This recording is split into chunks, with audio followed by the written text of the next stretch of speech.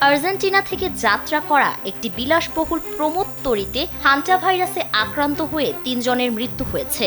এরপর জাহাজের কয়েকজন যাত্রী যুক্তরাজ্য, যুক্তরাষ্ট্র ও নেদারল্যান্ডস সহ বিভিন্ন দেশে ফিরে যাওয়ায় নতুন করে উদ্বেগ তৈরি হয়েছে বিশ্বজুড়ে। পরিস্থিতি পর্যবেক্ষণে রেখেছে বিশ্ব স্বাস্থ্য সংস্থা ও সংশ্লিষ্ট দেশগুলোর স্বাস্থ্য বিভাগ। বিশেষজ্ঞরা মনে করছেন, শনাক্ত হওয়া হান্টা ভাইরাস সীমিতভাবে মানুষ থেকে মানুষে ছড়াতে পারে। হান্টা ভাইরাস সাধারণত ইঁদুর জাতীয় প্রাণী থেকে ছড়ায়।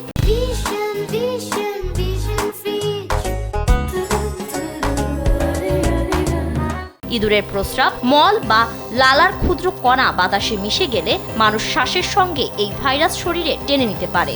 শুরুতে এই রোগ সাধারণ জ্বরের মতো মনে হলেও পরে শ্বাসকষ্ট, বমি বা গুরুতর শারীরিক জটিলতা দেখা দিতে পারে। স্বাস্থ্য বিশেষজ্ঞরা জানিয়েছেন, এটি কোভিডের মতো দ্রুত ছড়ায় না। সাধারণ সামাজিক মেলামেশা, রাস্তায় হাঁটা বা অফিসে কথা বলার মাধ্যমে সংক্রমণের ঝুঁকি খুব কম। তাই এখনই আতঙ্ক নয়, বরং সতর্ক ও সচেতন থাকার পরামর্শ দেওয়া হচ্ছে।